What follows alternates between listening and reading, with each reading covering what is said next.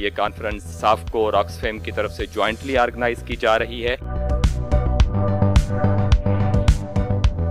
We are thankful to Oxfam for providing an opportunity to SAFCO aims at enhancing access. लोगों के वो मसाइल हल करने में अगर अपना किरदार अदा करेंगे, हम समझते हैं कि लोगों को जो मसाइल हैं उसमें बहुत सारी तब्दीली आएगी। हमारा core program is around women empowerment और वो तमाम ग्रुप्स जो हमारी मेन स्ट्रीम सोसाइटी से एक्सक्लूडेड हैं उनको एम्पावर करना। पैरोल पर कैदी होते हैं, उनको तकरीबन 4-5 दिन की जब उनके घर में खुशी या गमी हो तो उनको पैरोल पर रिहा किया जाए ताकि वो उस खुशी या गम को जो है अपने ख़ानदान वालों के साथ सेलिब्रेट कर सकें।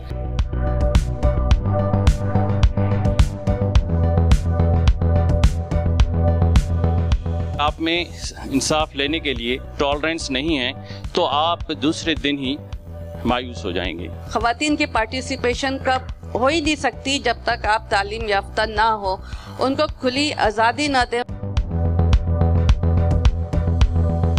वुमेन डेवलपमेंट डिपार्टमेंट जो है गवर्नमेंट का एक वो वाहिद इदारा है जो औरतों पर काम कर रहा है, उनकी राइट्स के लिए काम कर रहा है। इस प्रोजेक्ट का जो थीम है वो वही है कि जो जमहूरियत का या रिपब्लिक का या डेमोक्रेसी का सब्सटेंशियल पार्ट होता है कि डिलीवरेंस कहाँ खड़ी हुई है।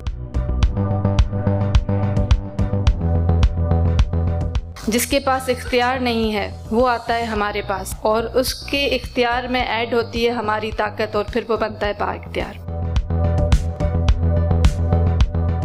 No doubt that private sector, public sector, NGOs, all are working to give relief to the general public, but still we have to go a long way. Her department को एक दूसरे के साथ मिलकर काम करना है। हमें ये देखना है कि हमारे इख्तियार से दूसरा इदारा कितना बेबस हो रहा है।